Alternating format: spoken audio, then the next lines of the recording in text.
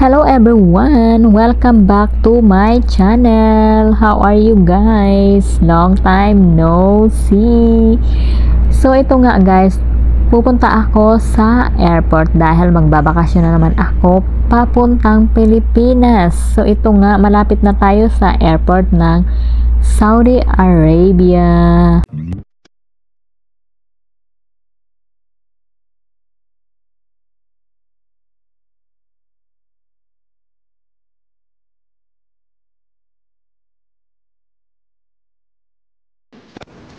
Pinabalik ko nga pala muna ang aking luggage para safe na safe siya, at ayan, pinaikot-ikot nga siya kagaya ng pagpapaikot sa'yo. So nagpahatid na nga ang Bicolanang Sutil kasi ang haba pa pala ng lalakarin ko. So pagdating ko dito is ang daming pila kasi sobrang aga pa pala. So ayan, pila-pila lang hanggang makapasok. So, finally, nandito na nga kami sa loob. Finally, papunta na kami sa plane.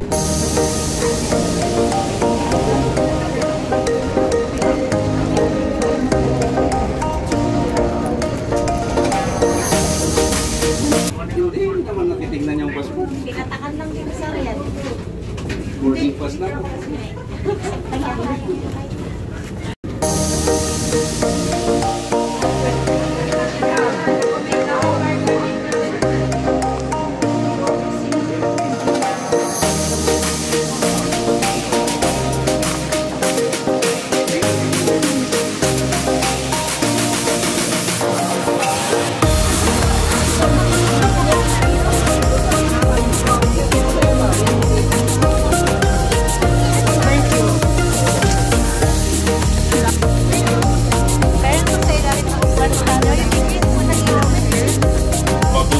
Frequently used passengers are flying carriers.